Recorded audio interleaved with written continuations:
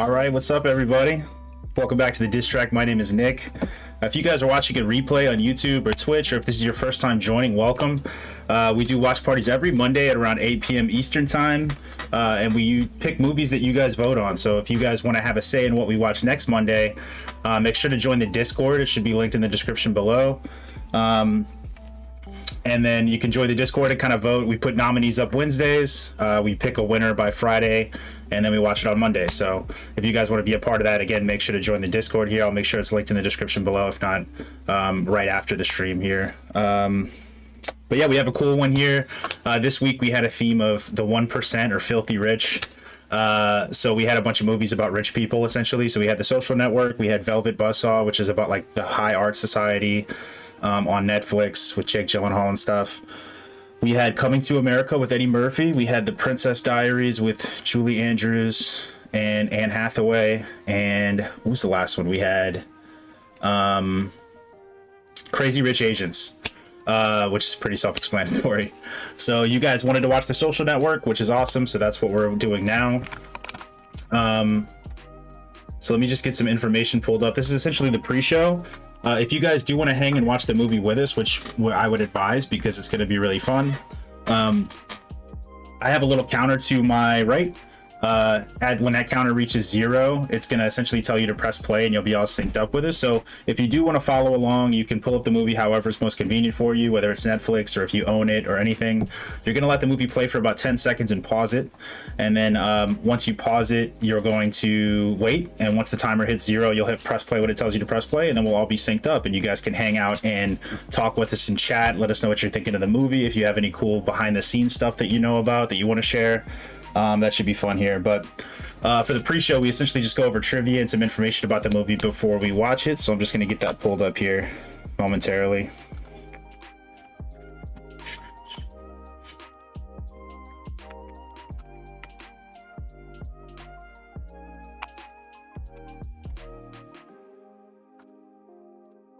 All right, so The Social Network came out in 2010. It was directed by the legendary David Fincher, one of my favorite directors personally.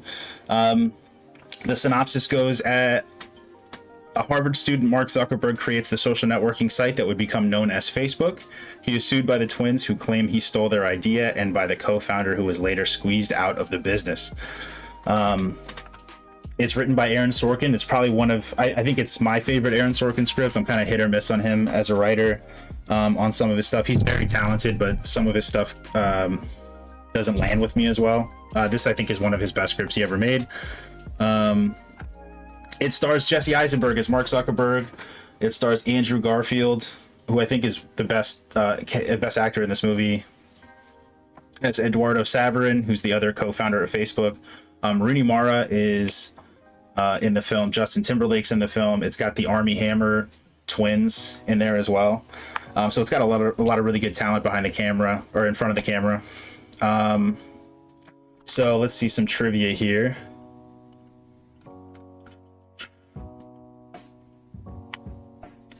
It's got a great tagline too. Also, I just want to point out too, this is one of the coolest trailers. I think this is one of the best trailers ever made too for this movie. If you guys haven't seen the trailer for A Social Network, you got about 6 minutes too. If you guys want to look it up and watch it, you can kind of get a feel for what the movie's going to be like. But it's one of the most well done trailers I think I've ever seen as far as like the concept of it and stuff. I think a lot of stuff copied it afterward too. So for trivia, during one of the depositions, it is mentioned that the invention of Facebook made Mark Zuckerberg the biggest thing, quote, the biggest thing on campus that included 19 Nobel laureates, 15 Pulitzer Prize winners, 2 future Olympians, and a movie star. One of the lawyers then asks, who is the movie star? And the response is, does it matter? The movie star was, in fact, Natalie Portman, who was enrolled at Harvard from 1999 to 2003 and helped screenwriter Aaron Sorkin by providing him insider information about goings-on at Harvard at the time Facebook first appeared there. That's actually really cool. I didn't know that. So Natalie Portman kind of famously values education. She went to study at Harvard and stuff while she was doing movies in Hollywood. Her and James Franco have that in common. But Natalie Portman was enrolled at Harvard, so she kind of gave Aaron Sorkin like the deets on the inside stuff of Harvard at that time, which is pretty cool. Natalie Portman revealed during Newsweek's 2011 Oscar roundtable that she gave a dinner party for writer Aaron Sorkin while he was writing the script for this movie, to which she invited a bunch of her friends from Harvard. She wanted to give him the chance to listen to firsthand stories about the social life at Harvard University. Again, that's really awesome. And I think it's strange too. I mean, I love Rooney Mara. I think she was great in this film, but I'm just sitting here thinking like Natalie Portman could have easily been that character, you know, like she could have played that too. I don't know if maybe she was obviously like a scheduling conflict or something, but I feel like, especially with all the help she was doing for the behind the scenes stuff, that they would have offered her that role, because I think she would have done well. Or she could have played Rashida Jones's role too in the film. But that's really cool that she was so integral in the writing process for Sorkin. Mark Zuckerberg originally planned never to see this movie. He ended up taking several of his employees to see it. He later remarked that despite some of the film's inaccuracies, they got his clothing right. So if they didn't get anything right, they at least got the fact that he wears fuck you flip-flops and sweatshirts and stuff and hoodies all the time. So at least we can watch it knowing that's accurate. Jesse Eisenberg, who was diagnosed with obsessive compulsive disorder, said in an interview that one of the hardest things about the role was having to deliberately speak and behave in a manner he had struggled against in his personality his entire life. I could see that too. Jesse Eisenberg, if you've ever seen him in interviews, he's a very, very private he's an introvert, I guess, for lack of a better term. So I could definitely see him struggling with the more kind of outwardly antagonistic and kind of rebellious scenes in this movie that he plays, where he's kind of a holier than thou person and stuff. So I could see him struggling with that, but he does a great job. I think he's very well cast for this. And I don't say that about a lot of stuff he's in. I feel like he's miscast in a lot of things. David Fincher's favorite line from the film is, quote, "I'm just checking your math on that. Yes, I got the same thing." Okay. Jesse Eisenberg and Andrew Garfield became good friends during filming. According to Eisenberg, the dramatic rivalry between their characters was hard for the two because it affected them emotionally. So that's interesting too. So they kind of purposely distanced themselves, even though they were good friends during filming. I guess it affected their friendship, or it made them kind of rub the wrong way with each other. So. We got about 2.5 minutes left here. I'm going to read some more trivia here in a second. But again, if you guys want to join in, it is available on Netflix. So you can pull up The Social Network on Netflix, or if you own it on Blu-ray or DVD or on iTunes or whatever, just pull it up, play it for 10 seconds. Stop it until it matches it should match this thumbnail to my top left. And then just pause it. Once this countdown to my right goes to 0, you should see a little animation that tells you to press play, and then you'll be all synced up with us and we can watch the movie together. I do want to say one thing too, though. This is an Aaron Sorkin script, so it's pretty dialogue heavy. So if you guys haven't seen The Social Network, I would advise not watching it as a watch party movie. I still think you should watch it with us. Like, you can sync up with us and just kind of mute the stream and just kind of watch it on your own. And then afterward, I'd love to talk with you guys about what you thought of it, if you thought it was, what your thoughts were on the movie. But this is a difficult one if you haven't seen it to keep up with and still keep up with the watch party. So I would advise, if you haven't, this is your first time watching The Social Network, to kind of give it its due, sync it, pay attention to that, and then afterward, let us know your thoughts after the film when we talk about that. Let's see. The Winklevoss twins were both played by actor Armie Hammer. However, Ralph Lauren model Josh Pence played one of them strictly from the neck down. His face was digitally replaced with Hammer's to make them appear identical. Oh, hey, we got Brian in the chat. I think Brian and Kathleen are in here, so welcome, guys.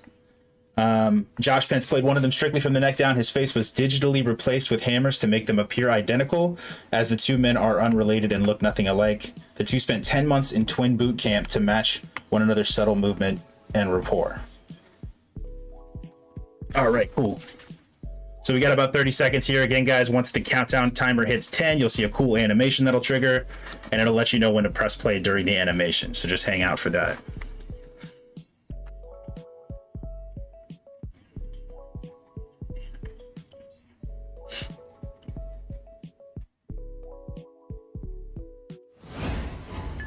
Seven, 6, 5, 4, 3, 2, 1, 0. All right, sweet. We should all be synced up here. I'll go ahead and move the trivia away.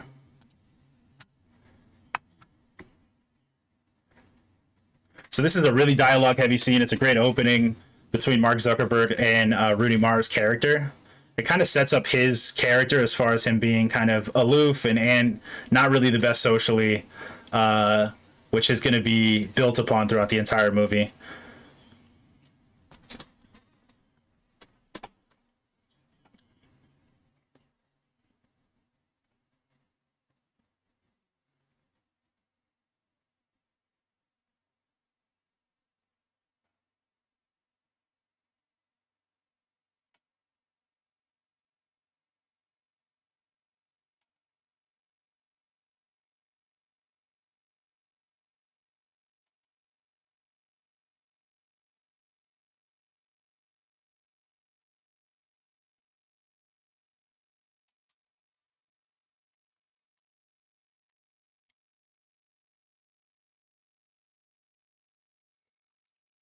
So socially awkward. Would you like to talk about something else?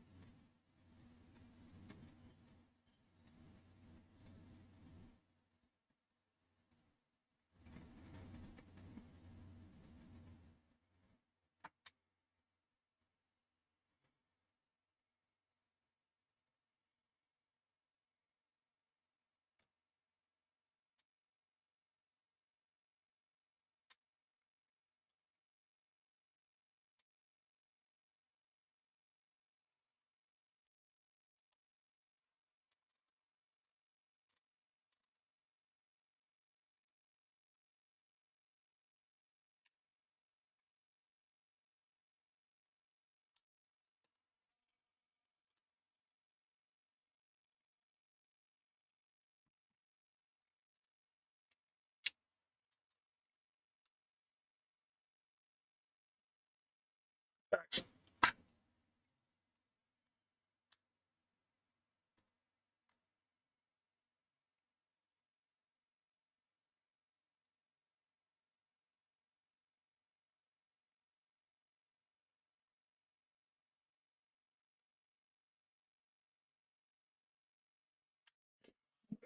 Fuck that guy.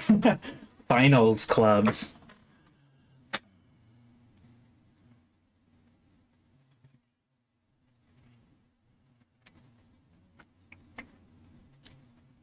You also notice like how self-absorbed this conversation is, where it's just him talking about him getting into finals club. Like he doesn't really care anything about her or like what's going on in her life at all. It's literally just him venting his own personal stuff to her. It's a very one-sided conversation, I guess.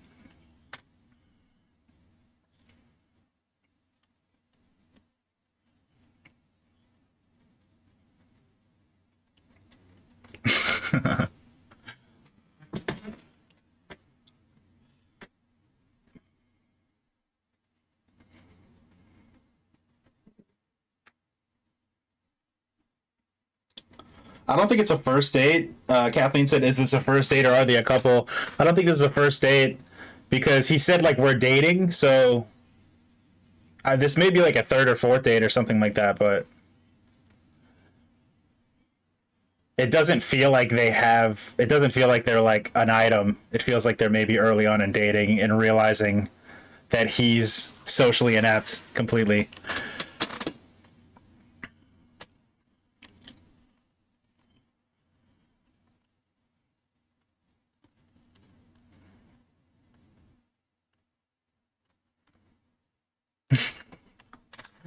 Dating he's like dating a stairmaster.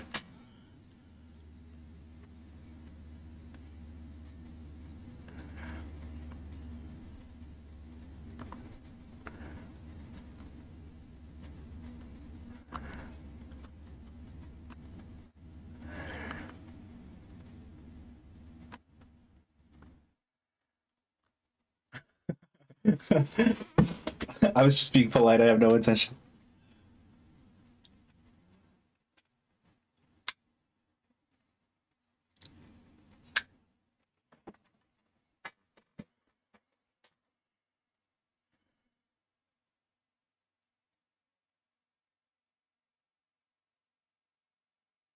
Yeah, ouch indeed.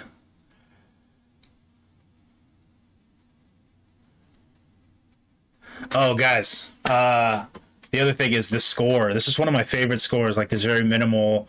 I have this on my my iPhone too. I listen to it every now and then. But Trent Reznor and Atticus Ross, who went on to this was one of their first major like film projects, I think. But they obviously went on to do like Soul, and I think they got nominated for two films this year. They've done a lot of great stuff. I think they did the Watchmen score for the HBO series, which was really good too.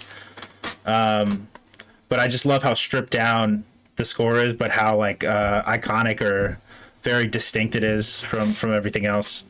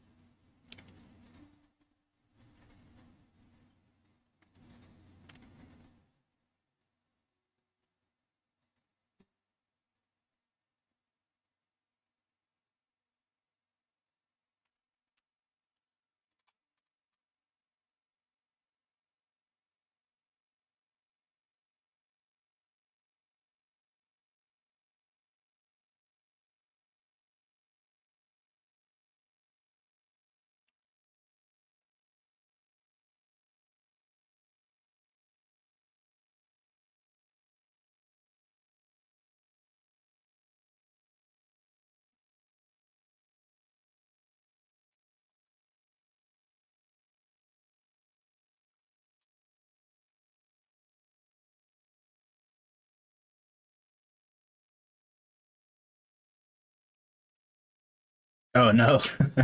Executive produced by Kevin Spacey. That didn't age well.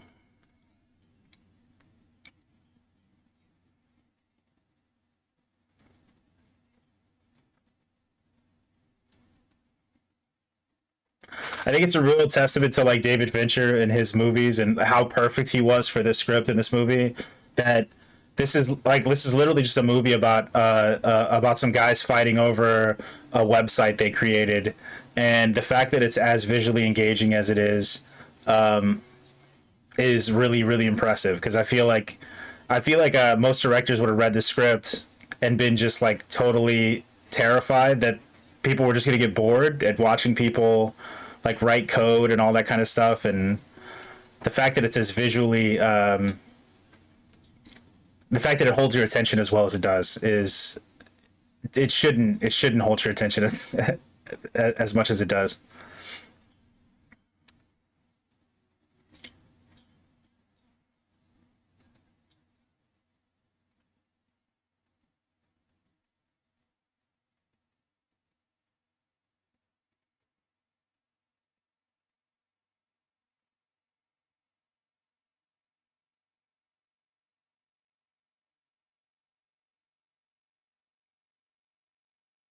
Wow.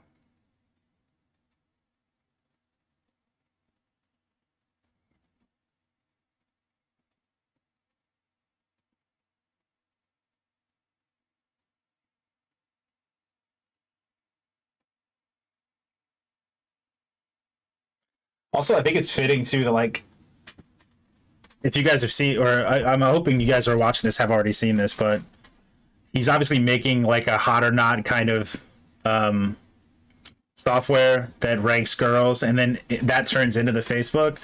I think it's really fitting too, especially where social media is today. In my view, is that like the idea was born out of like kind of a bad sense or a bad feeling of him wanting to shit on someone online because especially considering where it's all turned into, it's fitting that the idea was spawned from some very like nefarious purpose of him wanting to publicly shame a girl that denied him.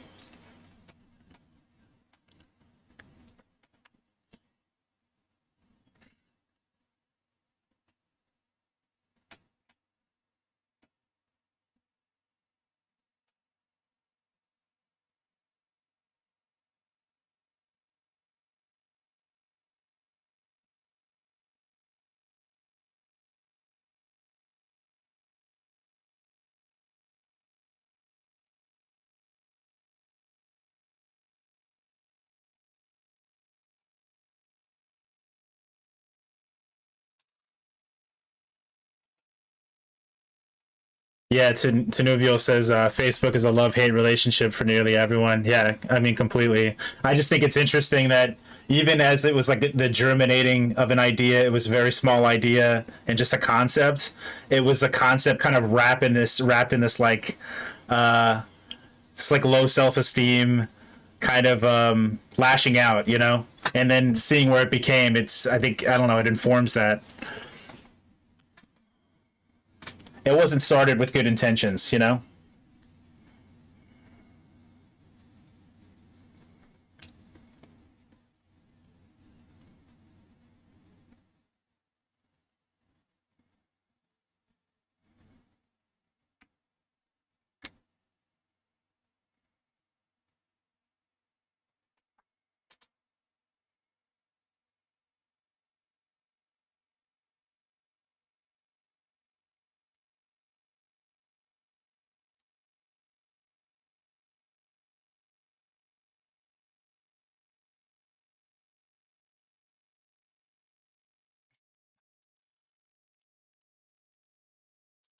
Yeah, no, Kathleen, that's a good catch. Yeah, the kid from Jurassic Park, the little kid that gets zapped on the T Rex. That's what I think of when I see him in that movie. But he gets zapped on the electronic. What am I thinking of? The zapper gate. Why can't I think of that word? He gets zapped on that. Yeah, he's in this movie as an adult. I remember when I first saw this, it like blew my mind. I think he was in like Band of Brothers too, and I remember thinking like, I know that guy, I know that guy, I know that guy, and I couldn't put my finger on it. But yeah, he's the little kid from Jurassic Park.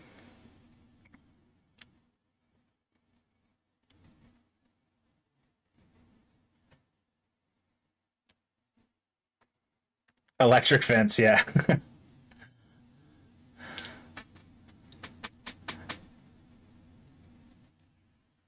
Duh.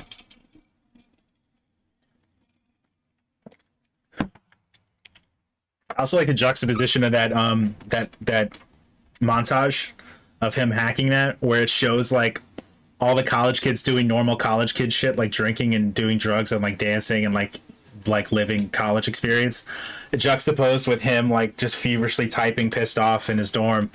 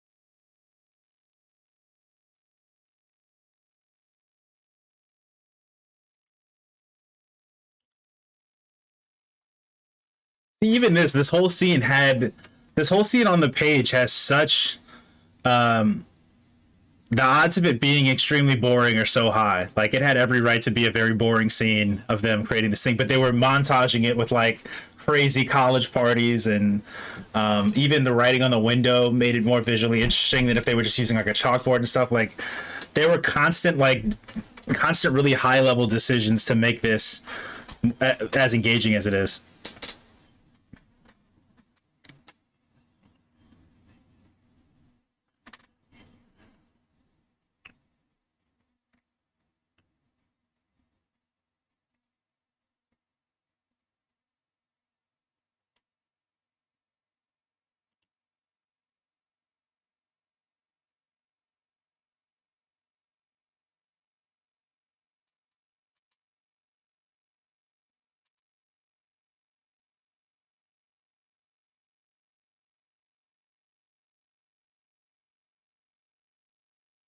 He's like, shut it down. What?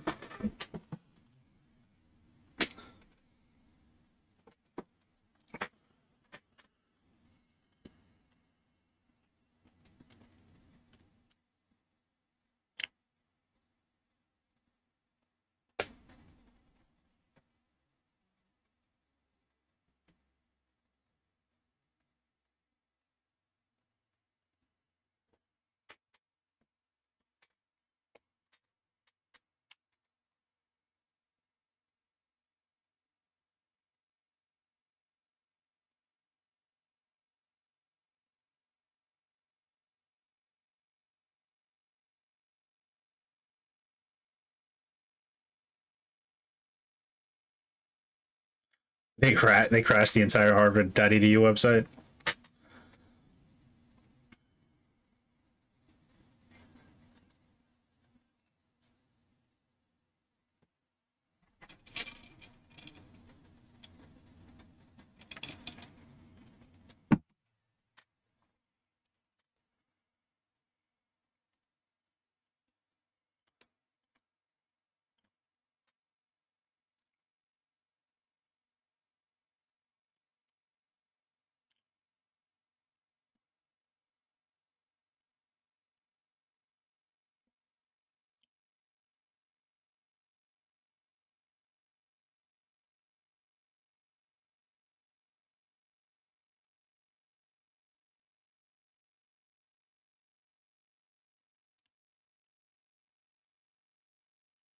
One of the motifs they're going to keep going back to in this movie, even with the first scene with Erica in the bar, is he's constantly on a different wavelength than anyone else in the room. So like people are thinking about a certain subject, and he's constantly just completely on a different frame of mind, thinking of a completely different subject than what they're talking about, and it constantly leads to these kind of communication breakdowns with him.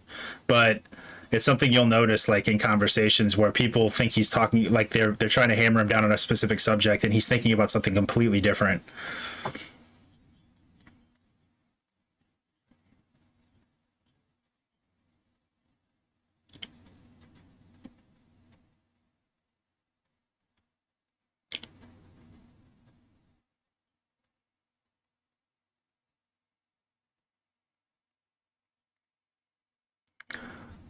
So the CG in this is really impressive too, because I know when I first saw this, I had no idea that the other Army Hammer was a CG.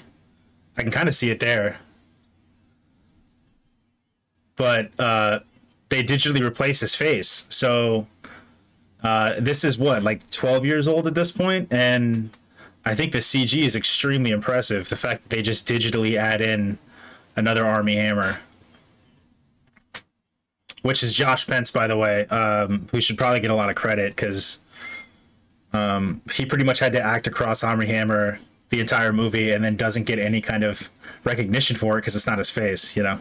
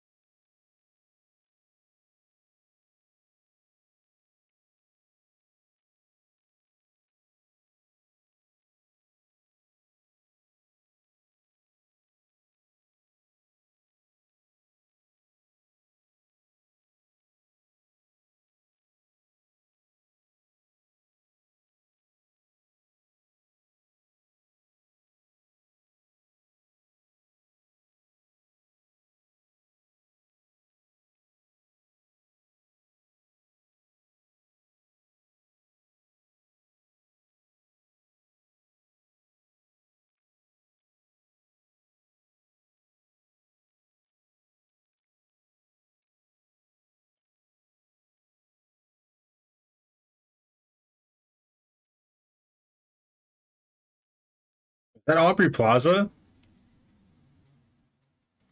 That looked like, I don't know if it's just me, but that girl that passed the note first looked like Aubrey Plaza.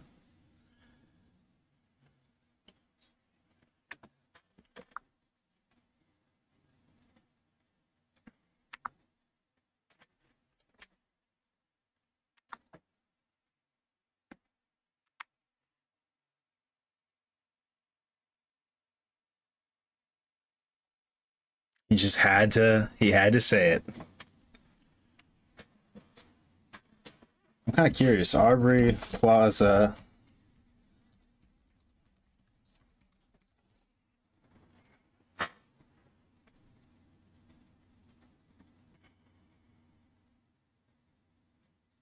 I mean, I don't think it's her. Nothing's coming up, so must just look like her.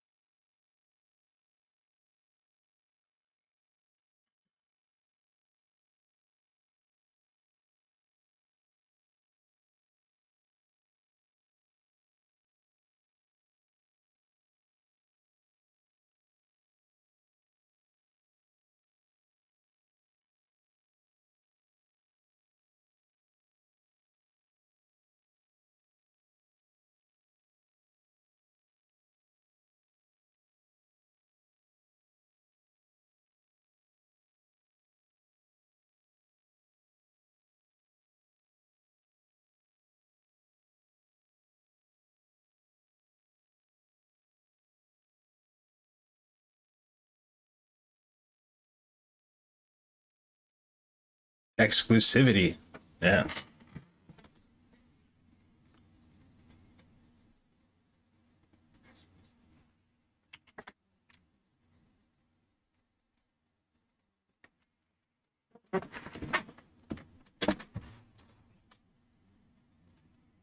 This is the same thing Rooney Mara said to him in the beginning.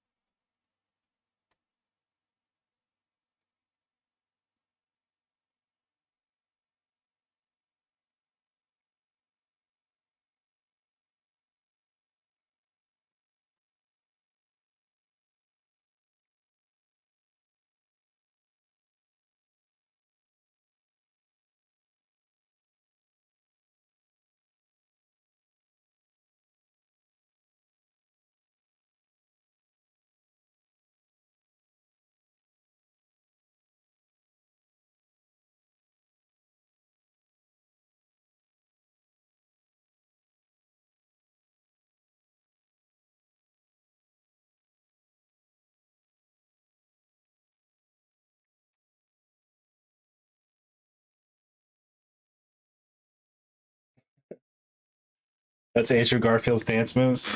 I don't know if you guys have seen. He was in a recent movie where he plays like a Jake Paul type vlogger.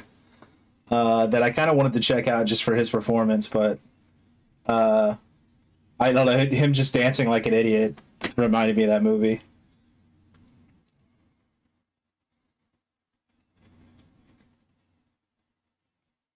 But he plays like a big douchey YouTuber.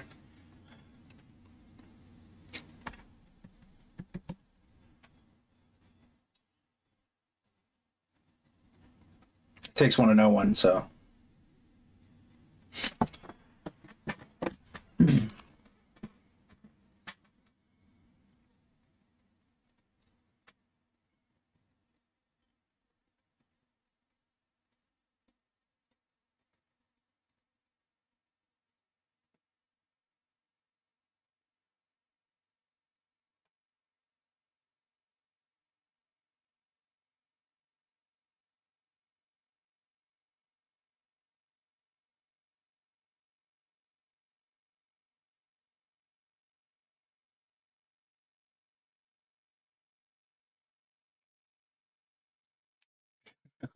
I know I'm totally excited about this too.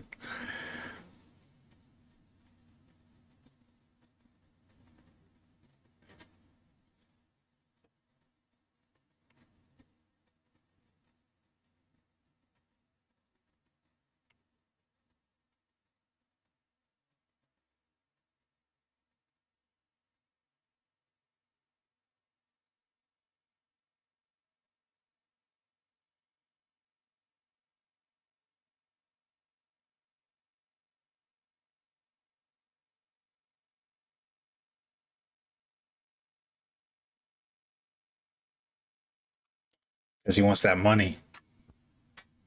Yeah.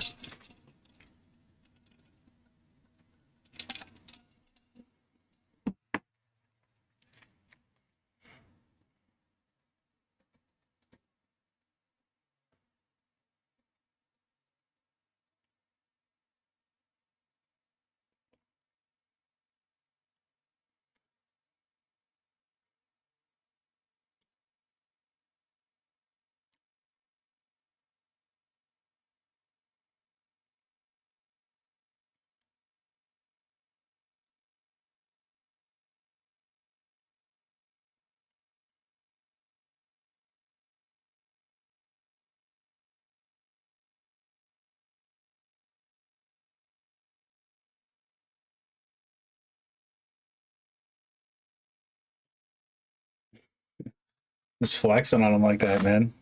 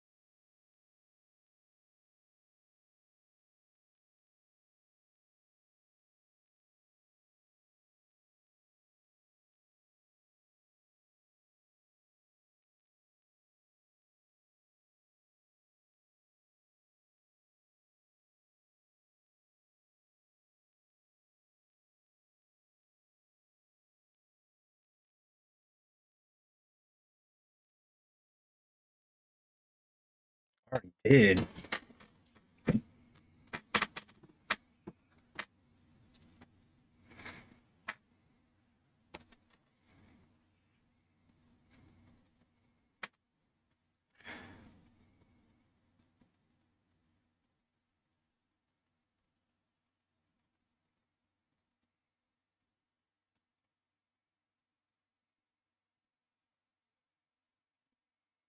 So petty. He's so like pissed about not getting in a fucking finals club.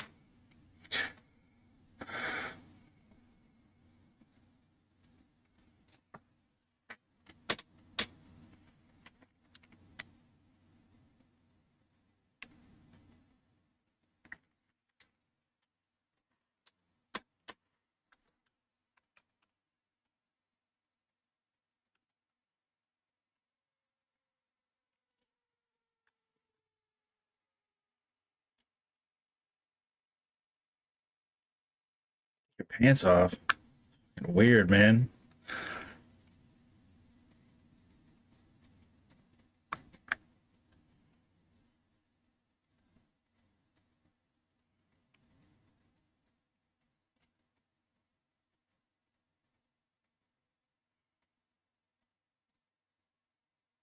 Dude, hazing is so weird, man.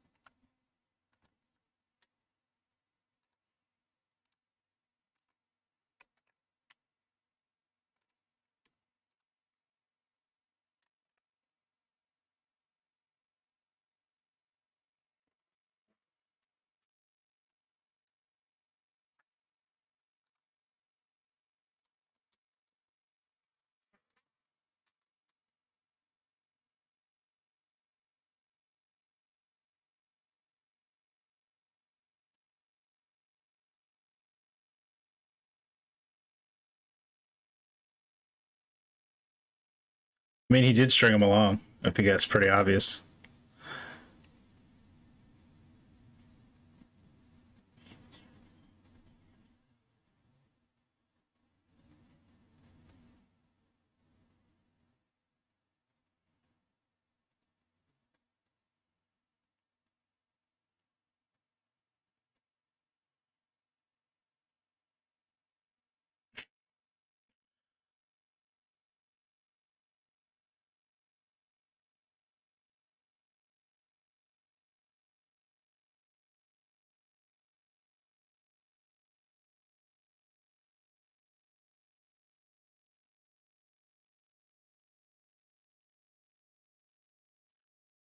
Relationship status.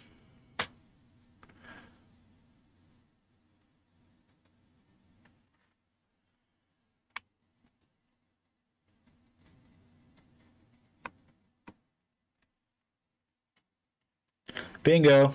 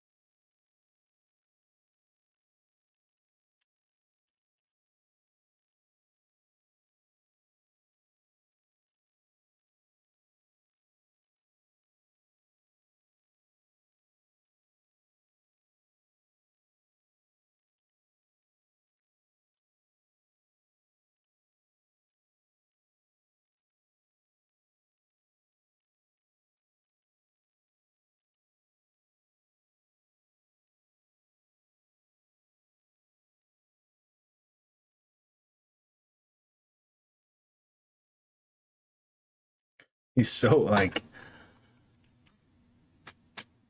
he's such a narcissist.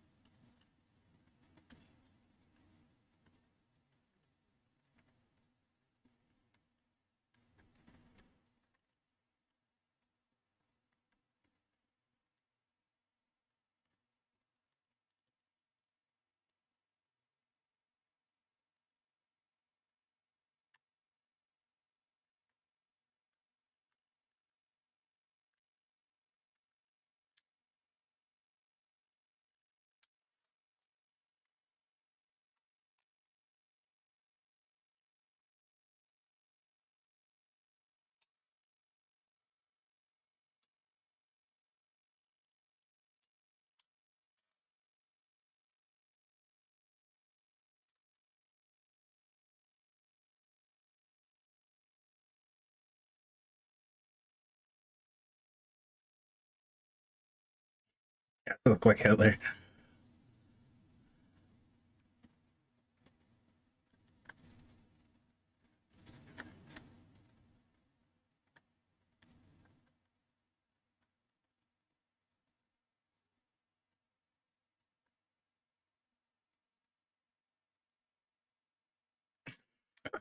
Jeez.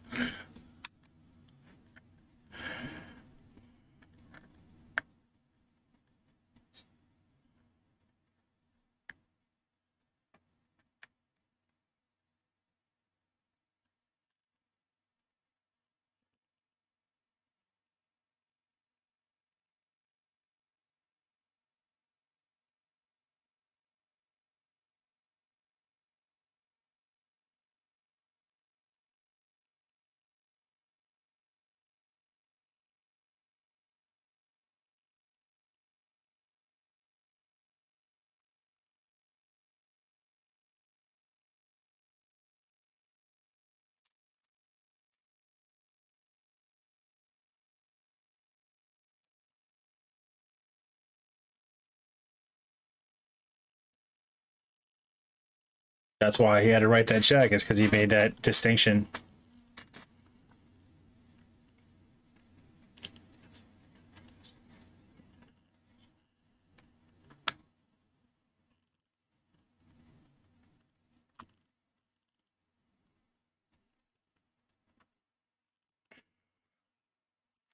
I know that's how he talks.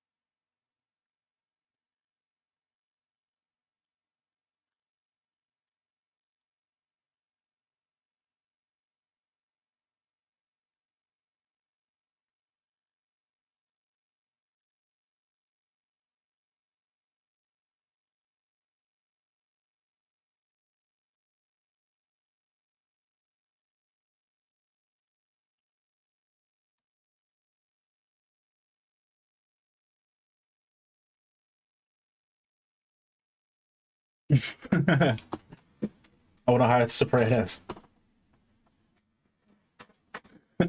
That's probably, I think that's one of my favorite lines. I'm 6'5", 220, and there's two of me.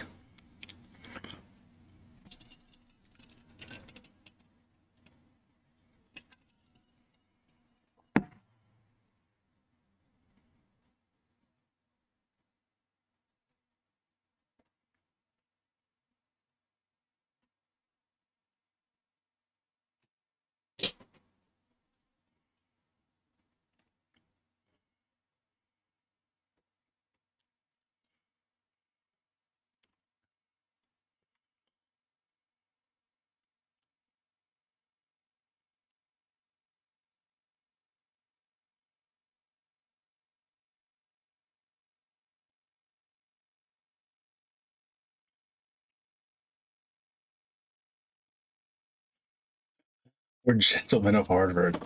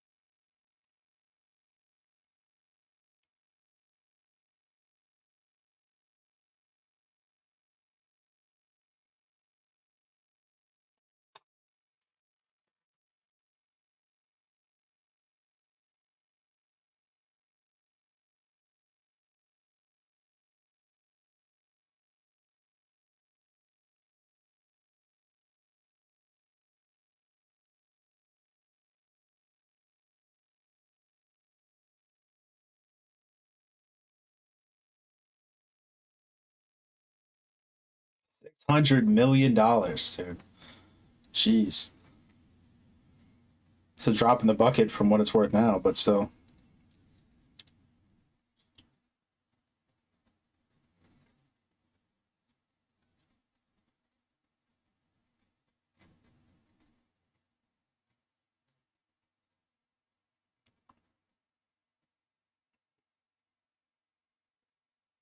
And Natalie Portman.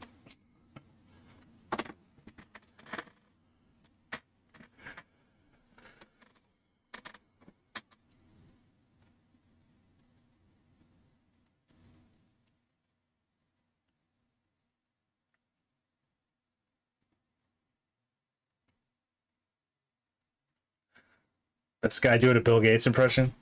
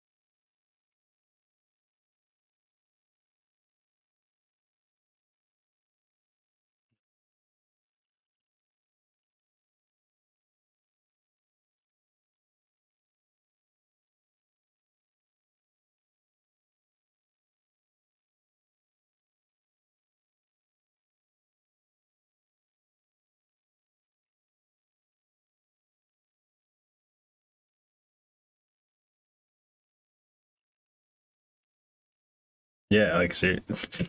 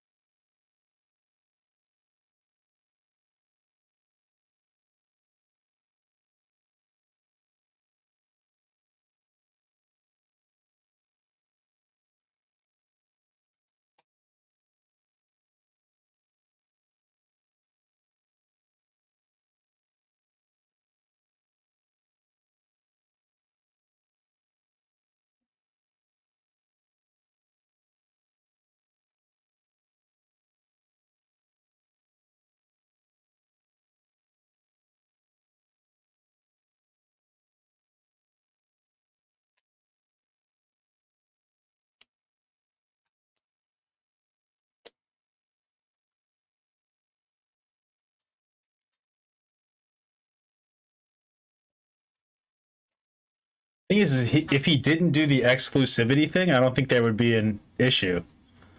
Like if he, but then I don't know if it would be as popular as it is. But at the same time, it's like the exclusivity thing was their idea, so I don't know.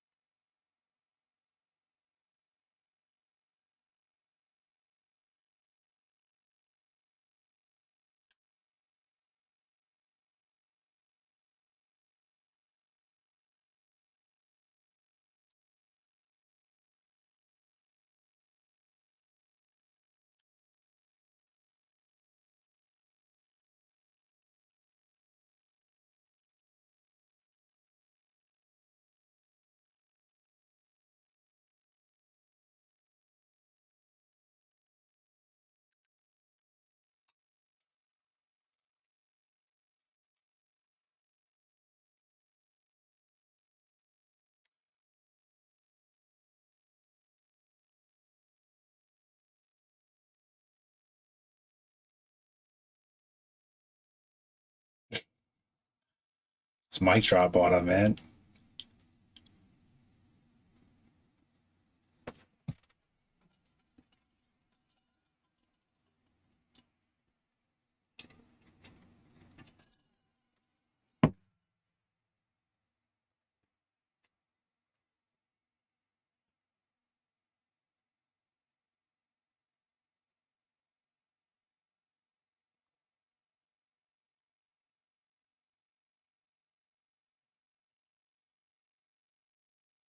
Yeah, Fincher loves his like green, yellow color grade.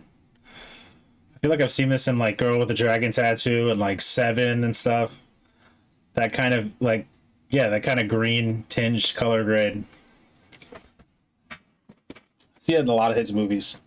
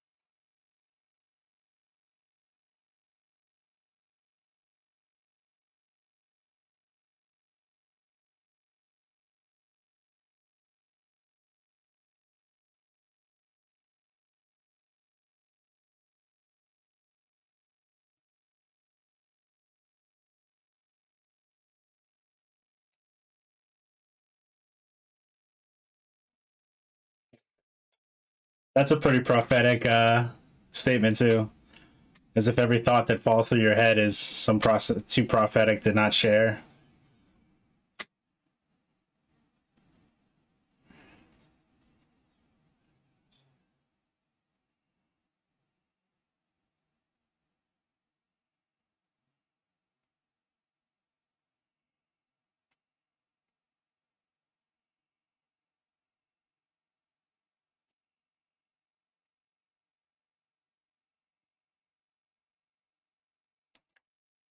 Good luck with your video game. Ooh, ow.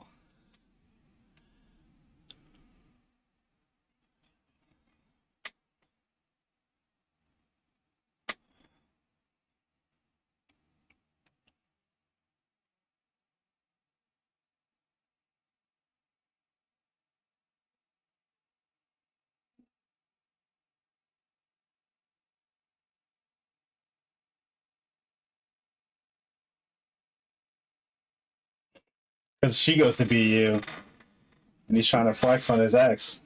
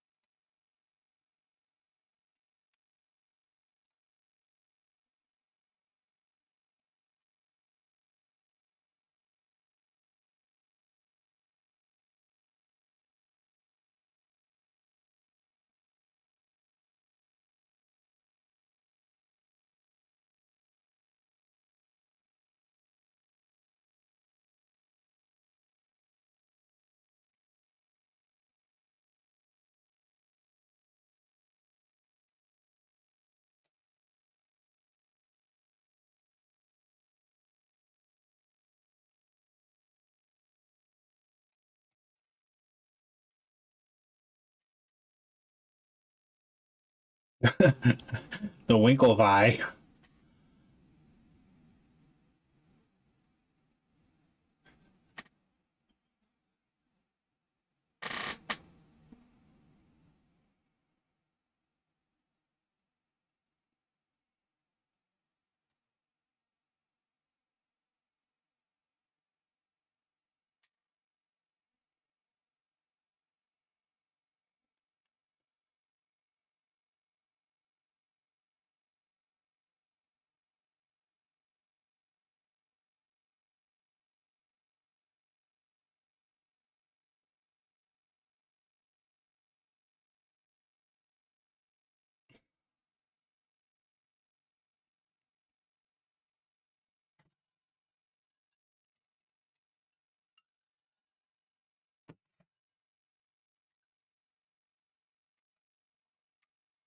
Student handbook, code of conduct, man.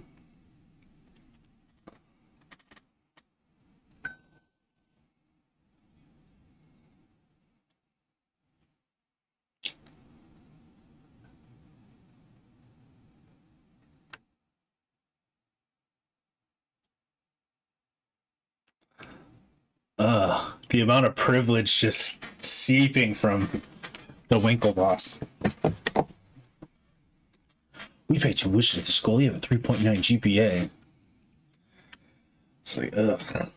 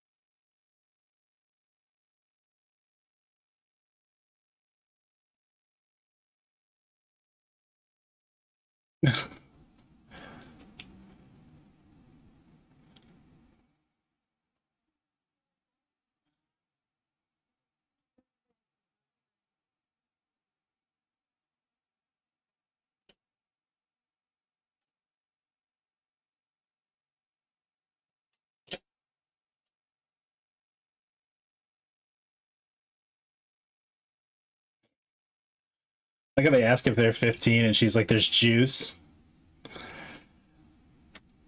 Like there's a juice box in the fridge.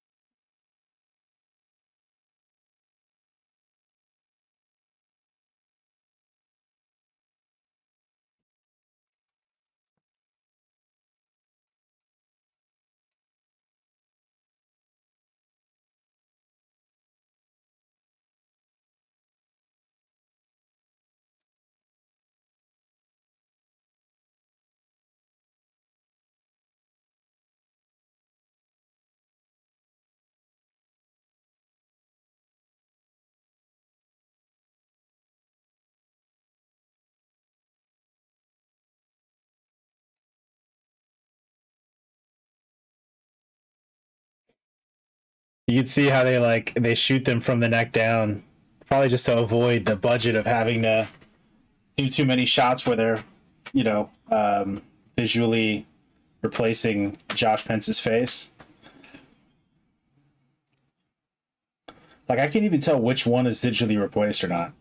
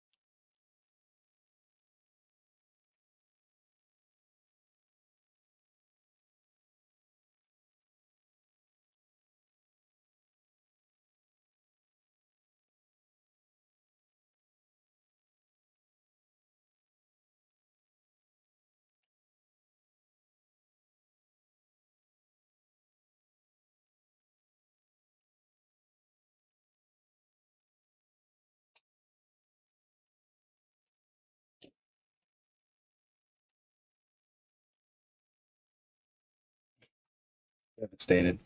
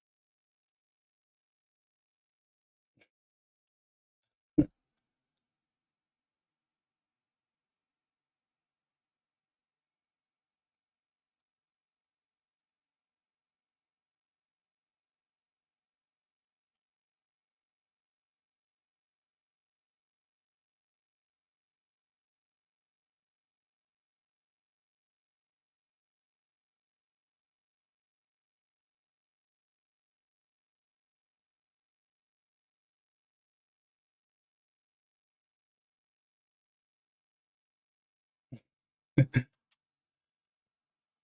wish she'd been asleep. Oh, there's Aaron Sorkin himself.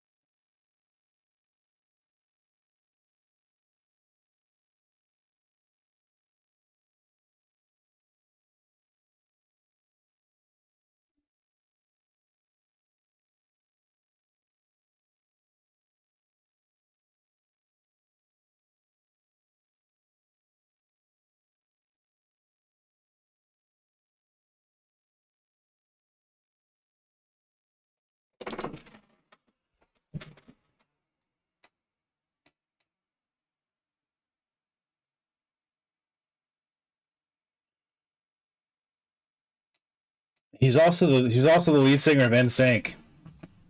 Should probably add that in.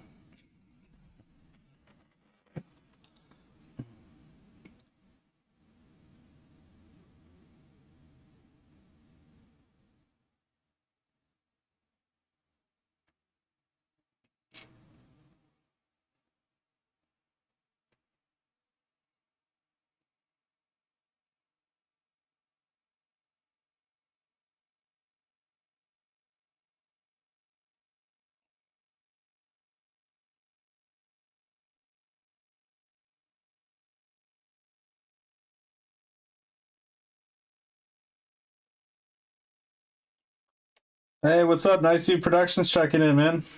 How's it going, guys?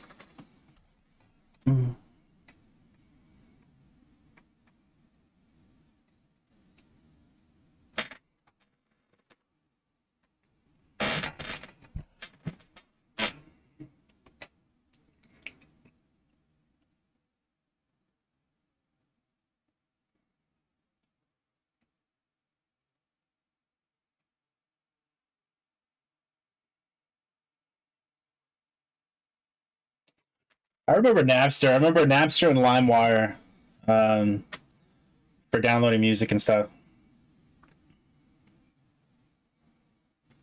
Hey, Chris. Yeah, thanks for stopping in, man.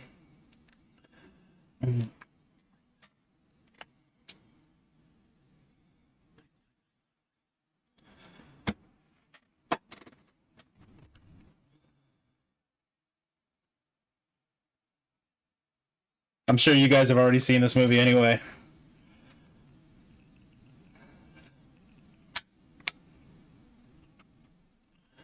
The thing is like Sean Parker was actually right the whole time as far as like if they would have started advertising early, it would have never gotten as big as it did.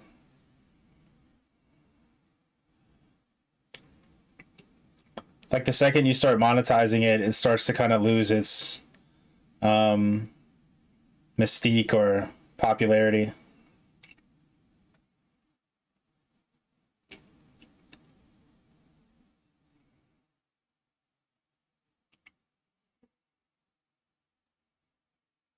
Yeah, it's really great. This is probably one of my favorite. When I say one of my favorites, it's like um, I don't know. That it's one of my like favorites on its face. It's just like I think this is one of the most polished films ever made. Like um, between like all the between like the cinematography, the score, the direction, all that stuff. Like it's like the tightest movie. I think the script's great. It's just one of those like I think it's like one of the most like well polished movies, but it's not like as like thematically like ambitious as like other stuff that I'd probably connect with more. But just like the details of this film, or they just hit home runs on every single detail.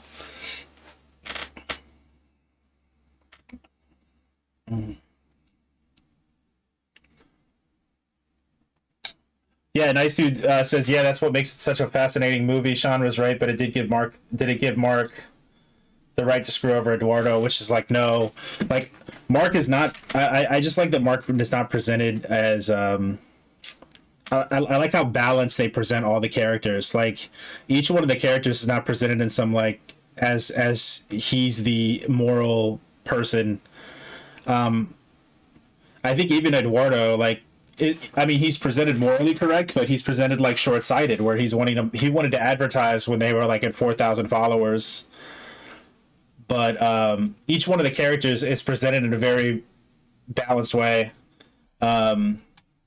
It's one of the things I really like about it. Like Sean Parker is very,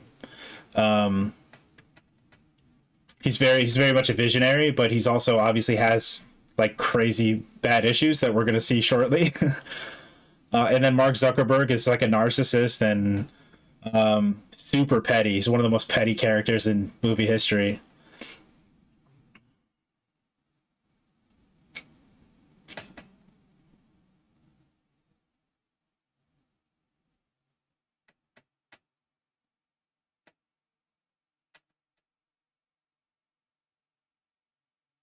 Also, think it was really cool to cast Justin Timberlake as that. I don't think he had done a lot of movies at that point, but he was such good casting as far as like trying to get somebody that was just like over the top charismatic and magnetic personality, because you need to buy that Mark would be that kind of over the moon about him, you know. And I feel like Justin Timberlake was such a good call for that.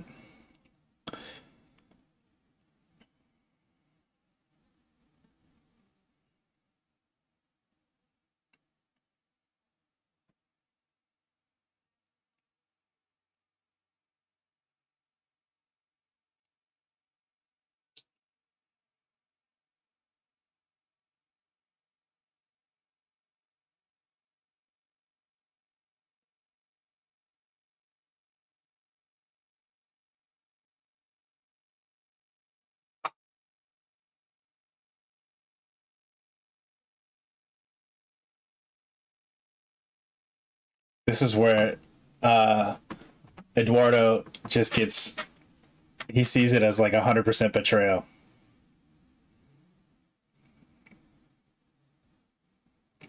He's like, I can't believe Mark would stoop to that level.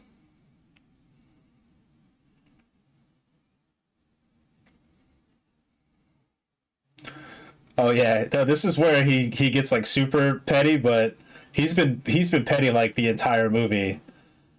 I feel like as far as petty movie characters go, he's like one of the he's like he has to be like one of the top. He's on the Mount Rushmore of petty movie characters.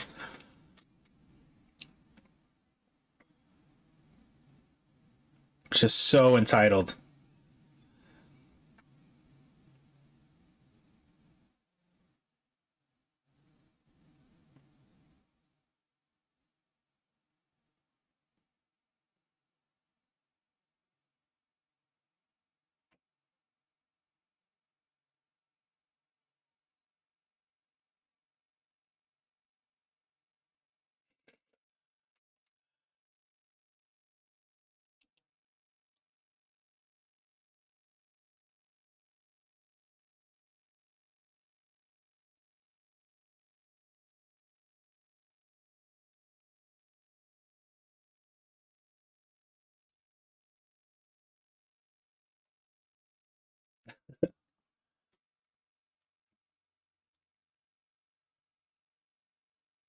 Yeah, no, no, I completely agree. One of the best edited movies. The chronology stuff. I mean, it had to be amazing on paper for this all to work too, but it was a necessary thing because cutting between the legal proceedings and the actual movie keeps the pacing up. Like you said, he said the screenwriting and editing here is genius. The cutting back and forth is so perfectly paced. Yeah, it makes it maintain the pacing. I feel like if you would have just done this movie without the legal proceedings, it cutting in between, it would have felt very stagnant. It would have gotten very boring. But the constant questioning back and forth as to like how they're reacting in the future versus how they're reacting in the past, and what might have happened in between, and like those questions you keep asking yourself are really what make it, they give it that levity and that pace that keep it moving.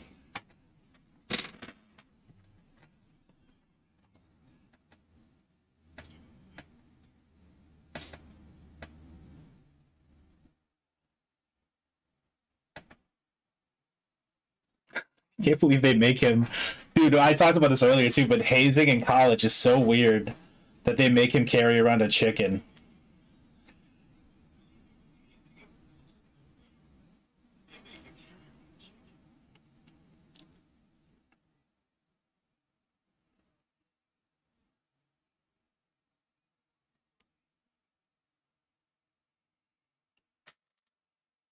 That's crazy. He wanted to monetize when it was 4,000 people, and now they're at 150,000.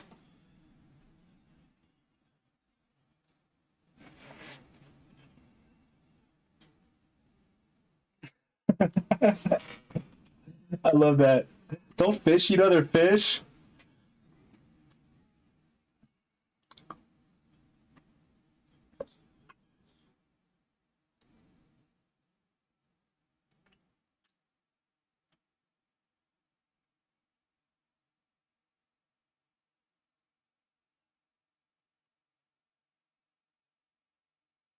I didn't never read the actual story about Eduardo Saverin after. I'm pretty sure he went on to like be fine. Like he founded some other ventures that turned into successes. Obviously not as big as Facebook, but I never read up about what happened to him after all this.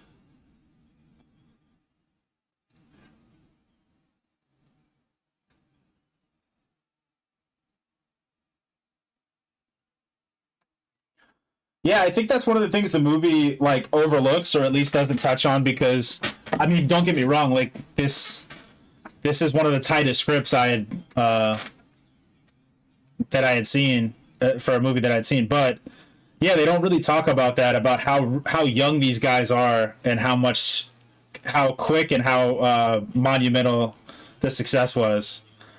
It's something that's not touched on in the movie really.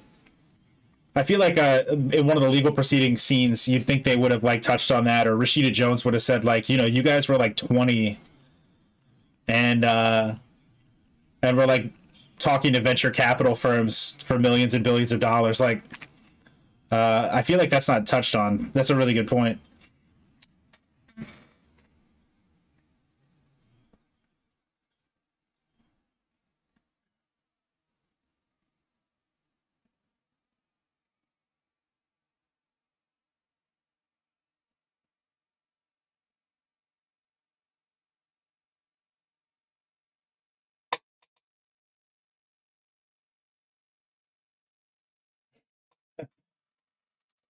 So, according to trivia, guys, that is David Fincher's favorite line. The let me check if your math's right. Yeah, that's what I got too.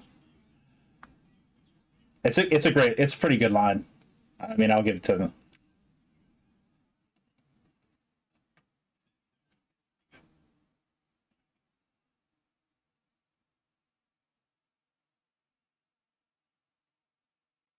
See that right there, like that just immediately leads into this with an expectation that wouldn't have been there if you didn't cut between the legal proceedings and this. That like when he says what could possibly have gone wrong and then cuts back, it sets this expectation. Yeah, he's it's funny because it's one of the reasons why like this was a perfect fit for Sorkin was Mark Zuckerberg kind of is as kind of condescendingly witty as Aaron Sorkin generally is in most of his scripts. So this was kind of like a match made in heaven where him as a character fit the Sorkin aesthetic so well. Um, like I don't think like Sorkin with a different director would have, or somebody with a different project. Like David Fincher, The Social Network as a story, and Aaron Sorkin were just like perfectly suited for each other. I don't think it would have worked without one of those.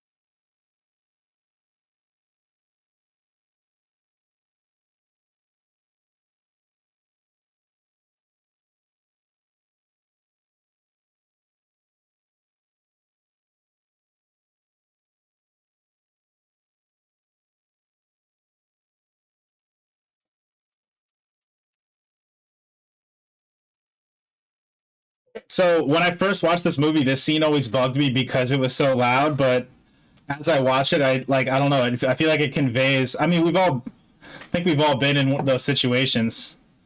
Um, and again, this is another scene. Like if you break down what's happening on the page, it's just Sean Parker and Jesse Eisenberg talking about like the future of the company and about how big it can get and all that kind of stuff.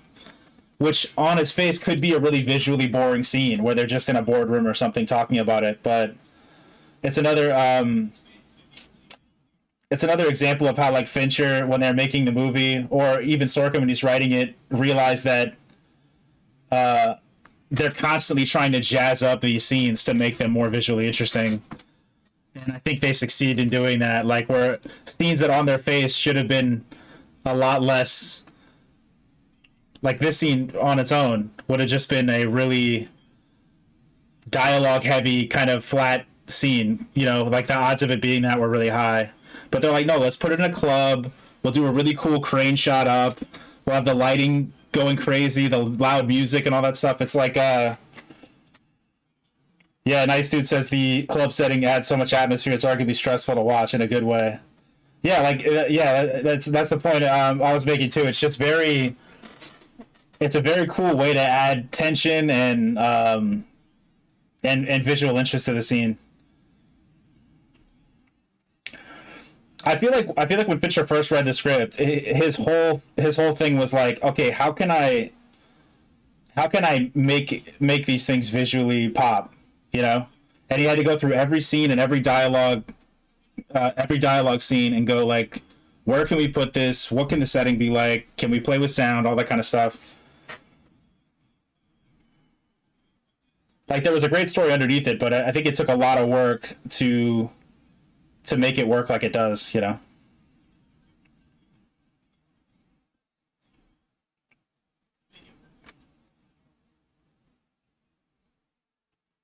I like the juxtaposition with Sean Parker's character where he's saying don't where he's essentially seeing in the Facebook um a missed opportunity that he might have had earlier in his career where now he's saying like don't make my mistake, don't make the same mistake I did.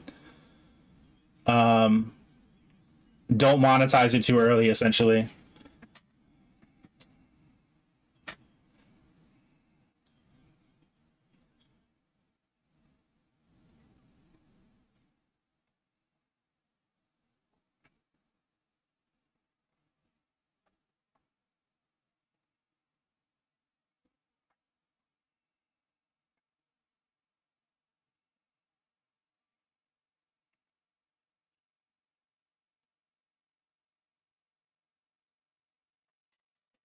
I love this too. Like the entire movie is grounded in this unrequited love, like bruised ego of Mark Zuckerberg. Like all of the success, all the things that happened, it traces all back to this like this very minute like bruised ego moment. Like his pride is so overwhelmingly out of control that a girl rejected him and it fueled his entire growth of an empire.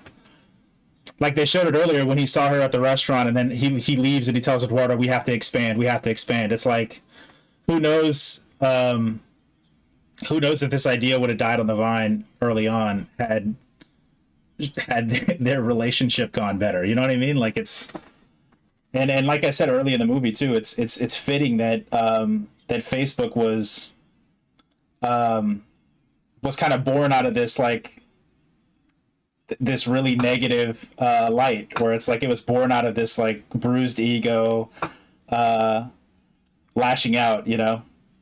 But the whole movie, the entire ascent of Facebook was fueled by that constant feeling of like rejection.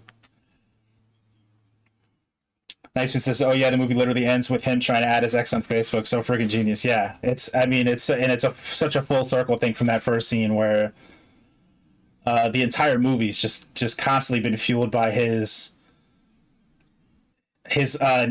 like a need for approval from his ex.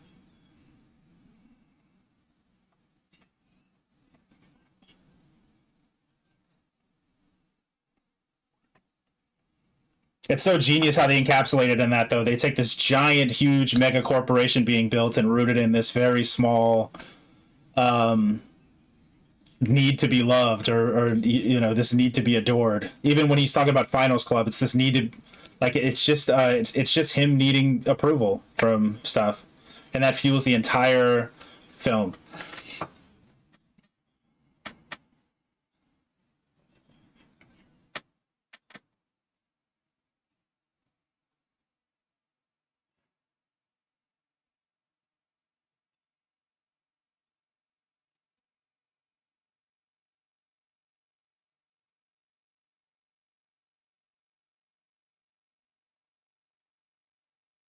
Dude, I would hate going to these parties. I don't know about y'all, but I these like these suited up dinner parties, I'd want to shoot myself after like 10 minutes. And they have to go to this shit all the time. Can you imagine just being raised having to go to like, I mean I know there's obviously a lot of worse childhoods to have, but I don't know. I would not. I don't envy that. I envy the money and everything that comes with it, but as far as having to like constantly go to like douchey dinner parties, ugh.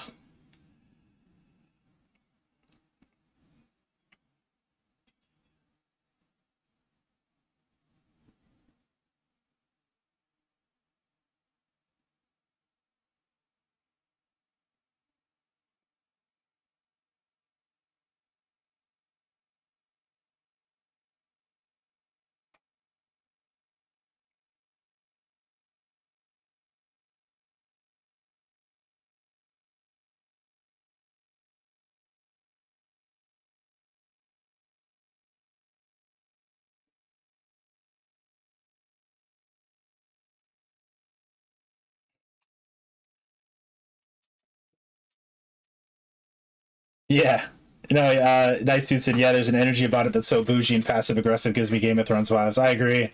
Yeah, it's kind of like there's this ulterior motive for everybody. Like they're talking, and it's like nothing feels authentic, and everything feels like everyone has some kind of agenda, or they're trying to pull one over on you somehow, or there's this social hierarchy competition constantly going on, where it's not just people partying and relaxing. It's like this constant, almost like networking event of trying to get stuff out of people. Oh, I don't know, it's gross.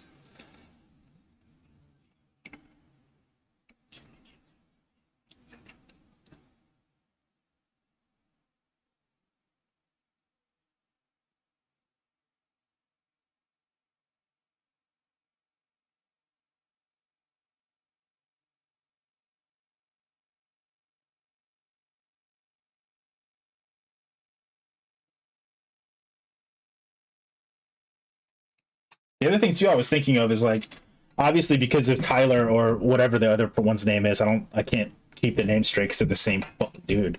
But his reservations about suing and like holding off suing probably won them a shitload of money, because had they established the lawsuit and like took him to court when it was really a small site, I feel like all they would be asking for is like not that much money at all. But them waiting and waiting for like Facebook to really blow up and take off, I think probably won them a lot of money in the long run, because they were able to accurately evaluate the value of the company and then kind of get their due.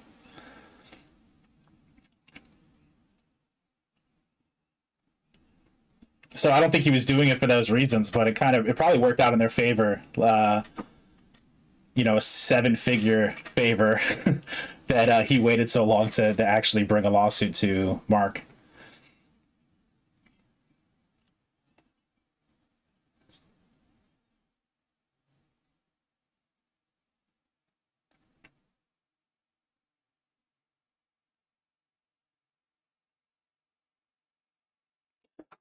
Yeah, but they were never going to get the IP because, like you said, like he built the entire website from scratch. All they had was the exclusivity thing, and like I don't think they were ever going to win Facebook and just like all of a sudden they own Facebook. Like I think they just wanted punitive damages, and I'm pretty sure they got that. Like I'm pretty sure I mean they don't talk about, for obviously for legal reasons they don't talk about the amount that was paid, but I'm pretty sure Facebook paid them a shitload of money in a settlement.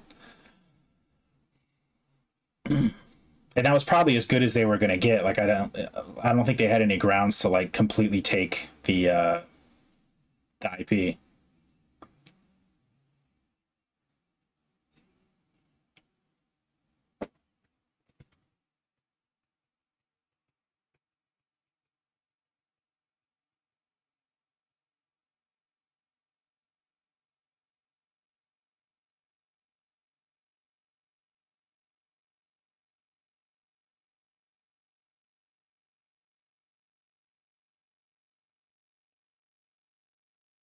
Yeah, well, Nice Dude said, yeah, they're probably doing fine financially after that. Oh, 100%.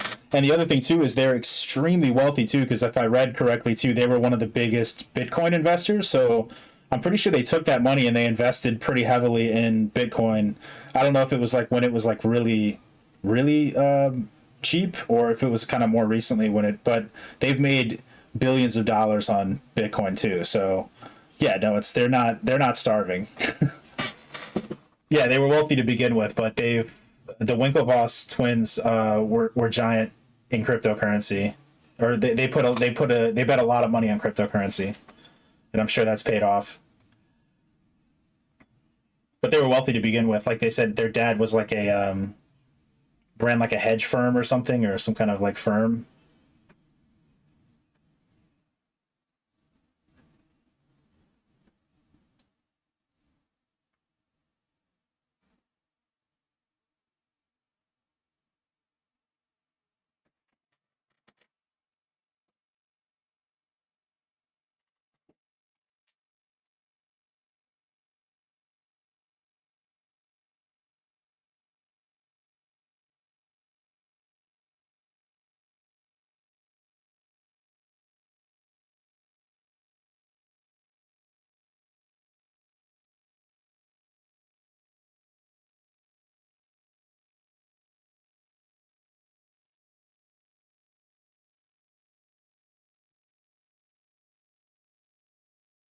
I feel like this is like a rare empathetic moment for Mark, where he's saying like, "I need you out here."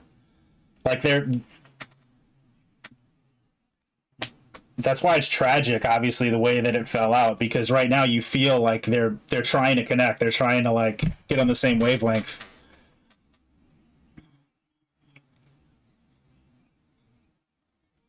Like there was an effort for them. It wasn't just like damn from the beginning. Like there was an effort for them to on both sides for them to try to connect and try to like find some kind of common ground. But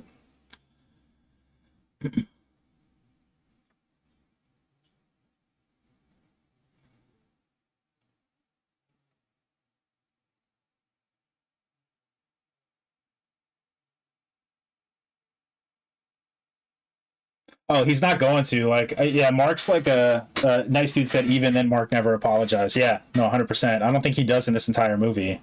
He never apologized to Erica either. I don't think it's just. I just don't think it's in him. Unless it's to Congress recently about about like Facebook and stuff. But then if he's under oath and talking to Congress, he'll probably apologize now. But no, they portray him, and I'm pretty sure I don't know how accurate it is, but they portray him as like 100% a narcissist, and I don't think he's capable of apologizing unless it's in somehow in his own self interest.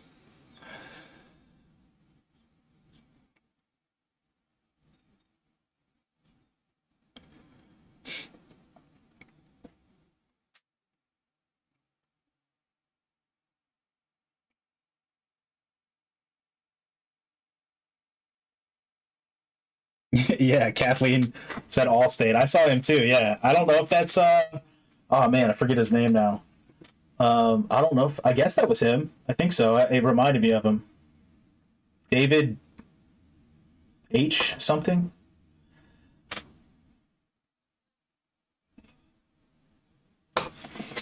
Oh, nice dude said Mark apologizes to an ex in a fit of desperation, but never was it genuine by any means. Did he apologize at the very end or something? Oh, he did apologize, but it was very like flippant. Yeah, when he was at the party earlier, he said sorry about but it was all self motivated. Like he was just like, talk to me. I need he wasn't genuinely sorry about anything, like you said.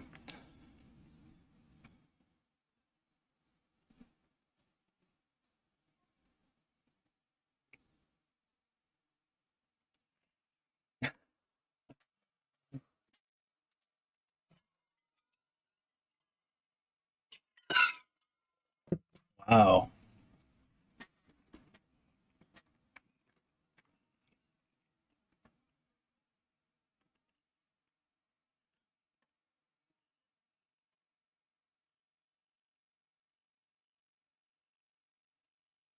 right, right, yeah.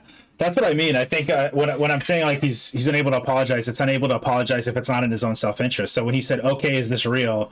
Okay, then I'm sorry. He wasn't really sorry. He was just that's that kind of illustrates that he wasn't really sorry when he says, "Is this real?" And she says, "Yeah." Oh, this. Oh, I'm sorry. Or when he talked to her before, he wanted to speak to her privately, and she was saying, "No, here's fine." And yeah, it was. It's all self motivated. It's all just him. It's all about him the whole time. Even the entire conversation is wholly one sided. Like it's just about him and Finals Club. He never asks anything about her. He doesn't care that she goes what she does in school or anything about that. Like I'm surprised they got to multiple dates because I feel like she would have ghosted him. I feel like nowadays like you would ghost him super early. If it's just someone constantly talking about themselves the entire time. But he's unable to actually feel sorry about anything unless it's in his own self interest.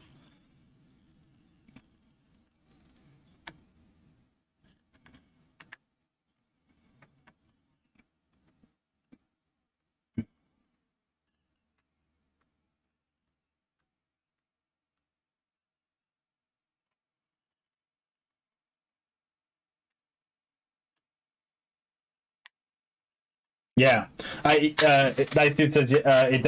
it's definitely all about him, and he winds up alone and longing for an ex to compensate for it, 100%. And I think that's one of the great kind of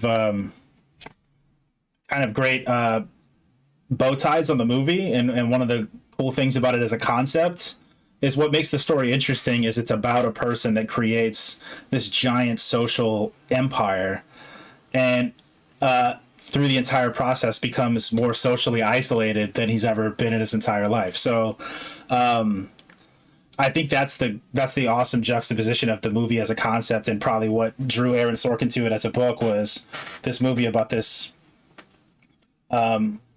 guy creating this social, like I said, a social mega empire and and becoming so isolated in the process.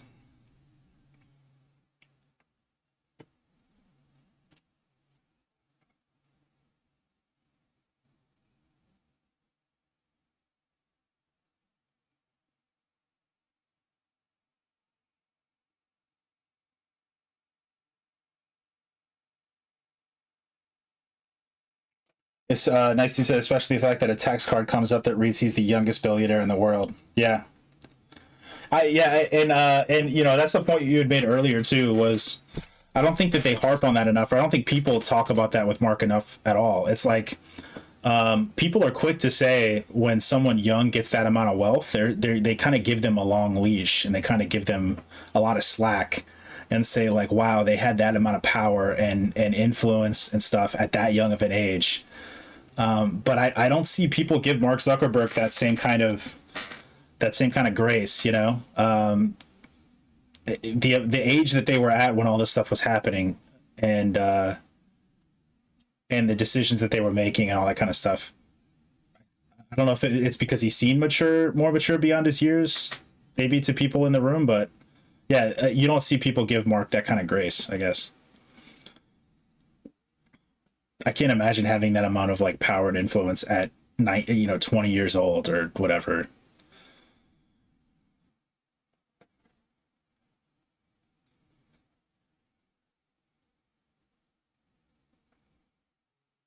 Yeah, this is the scene. This is the kind of the crux, the kind of emotional climax of the scene of the movie.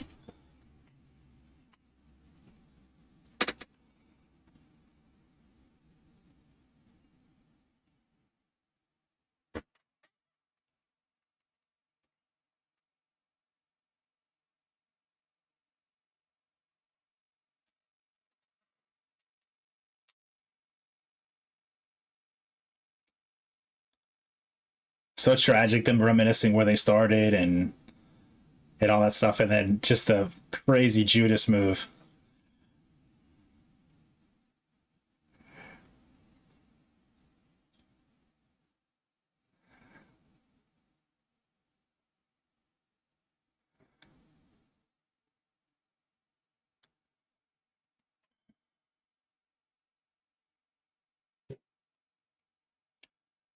Guys, dude says I gotta get going. Super cool chatting about the movie. Altop's gonna be jealous. He loves this movie. Have a good one, man. Enjoy the rest of the movie. Thanks a lot, guys. Thanks a lot, Chris, for hanging out and stopping by. Yeah, this is definitely a fun one. But tell Altop I said hi. Give him my best too.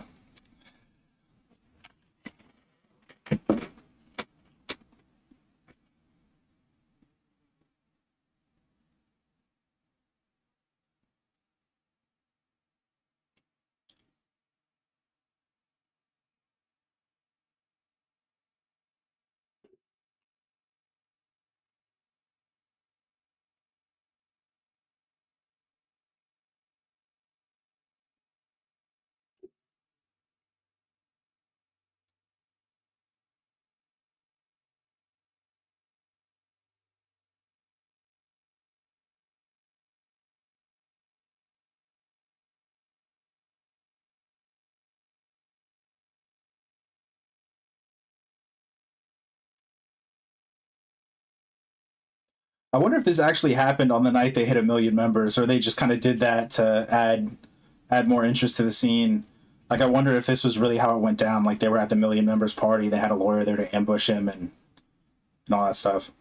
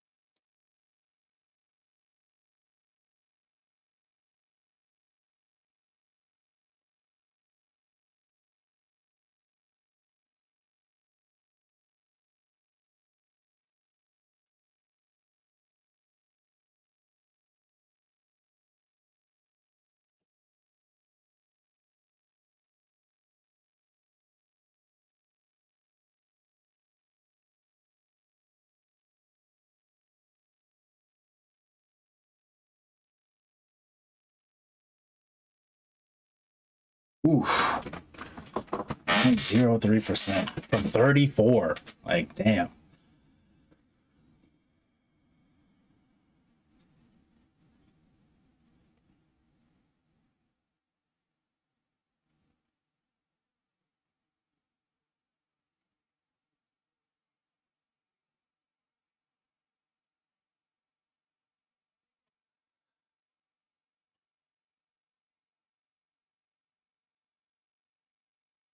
Damn.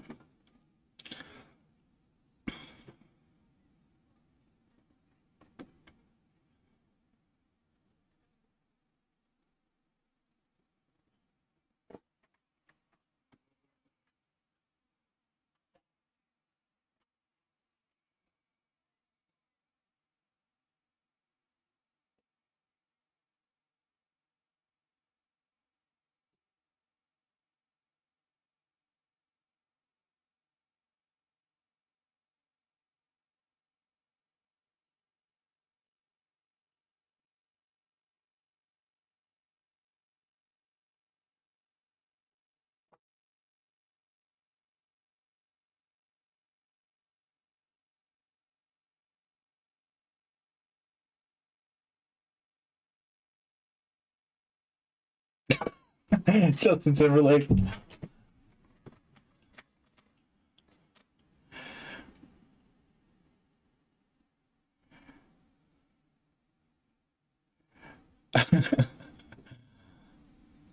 Sean Parker fledged.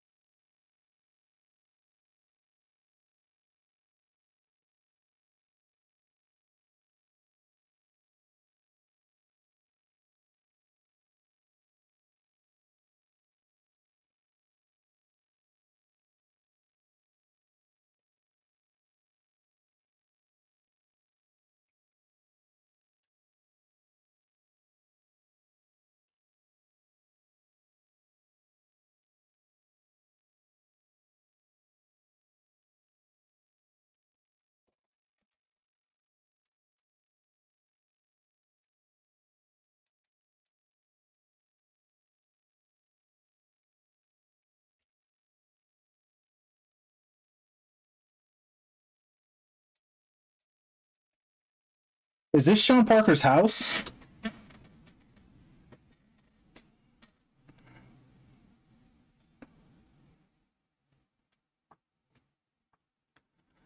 Oh no, this wasn't his house, but he's with underage girls. That's right. And they even foreshadow this earlier with the whole like, "Are you 15?" thing. They foreshadow it earlier.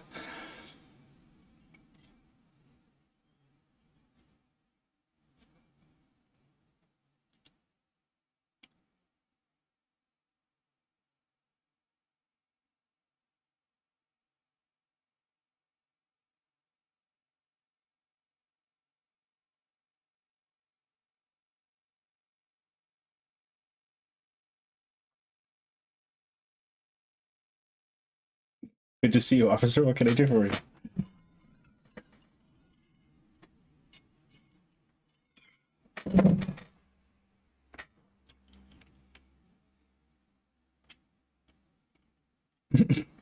Not mine. That's not mine.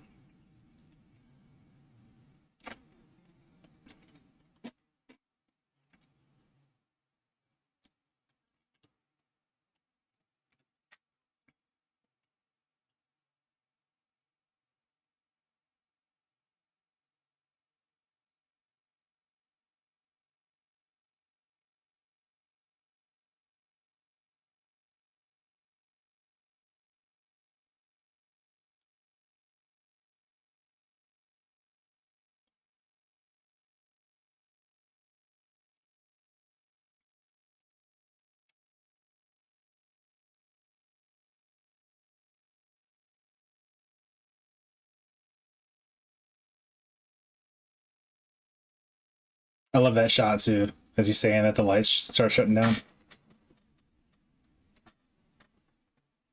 The lights in the same room where they screwed Eduardo over. It's like this visual reminder of that interaction during this, because right now Mark's thinking, shit, Eduardo was right.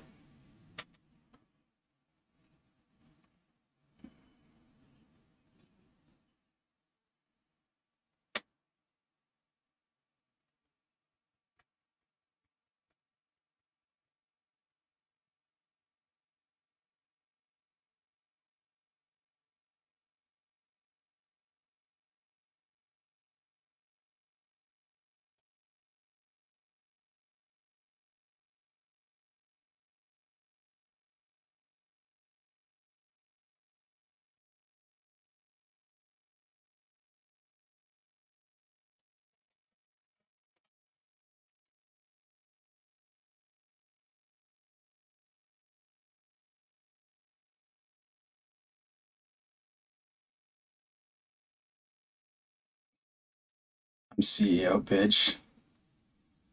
Real classy.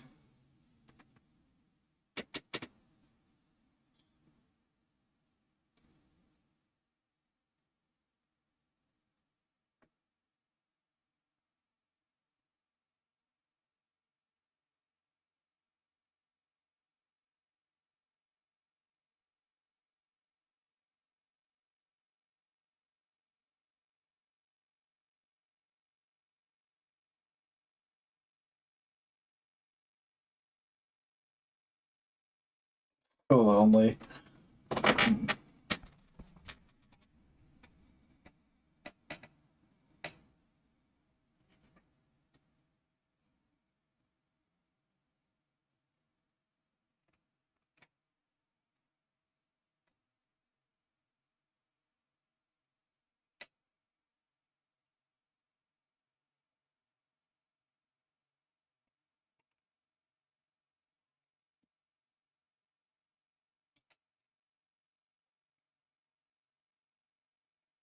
Hmm.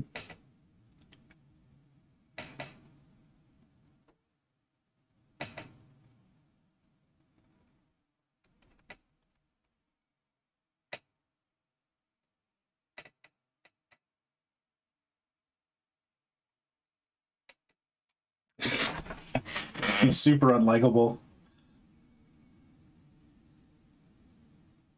immediately. Yeah.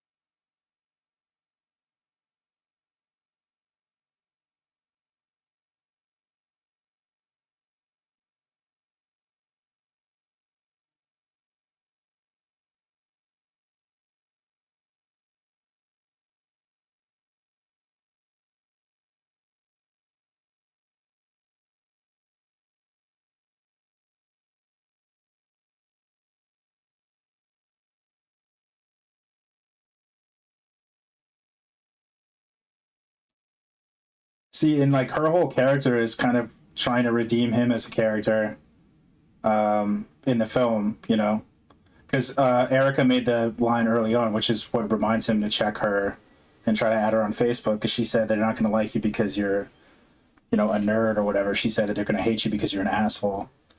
Um,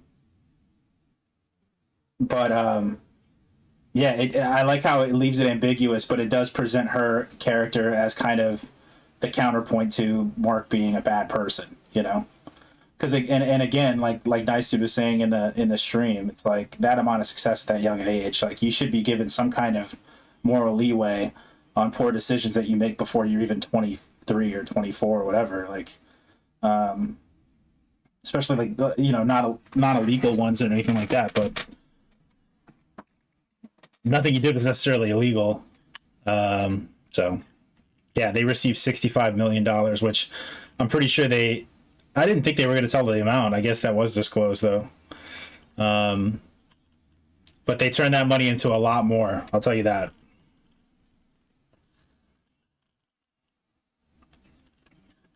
It's so sad though. Him just sitting, waiting to see if she'll accept his friend request. Like such a tragic end.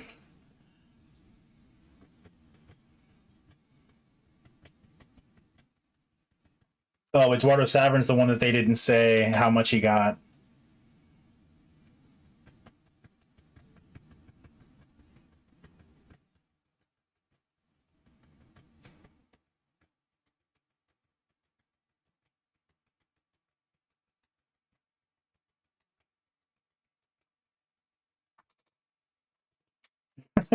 I love that. That's what kind of what Nice was talking about too. Was it shows his face there, just looking forlorn and like dejected, and then it just says Mark Zuckerberg is the youngest billionaire in the world, and then that juxtaposed with his face of just like loneliness is such a great last frame to end on.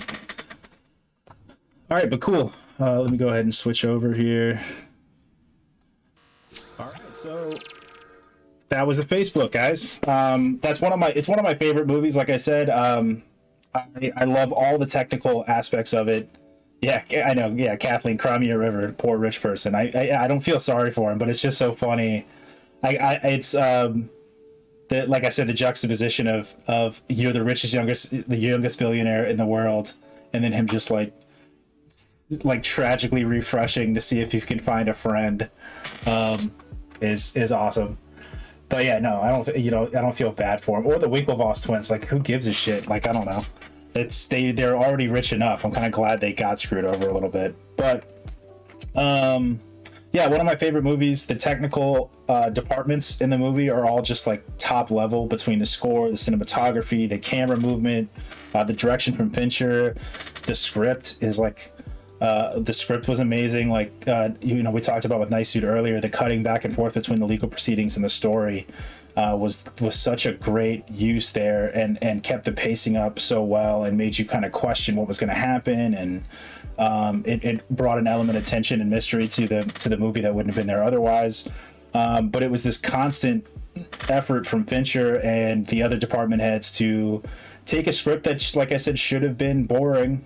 Should have been visually boring. It almost would have worked like a play better than it would like a film, and just constantly spice these things up, whether it was doing the montage where they're showing college parties while they're creating the site, and cutting between that and them creating the site, as opposed to it just being them hacking and building the website. It would have been boring, but having this montage where they're cutting between the two, having him writing the stuff on like a window, making it more visual that way.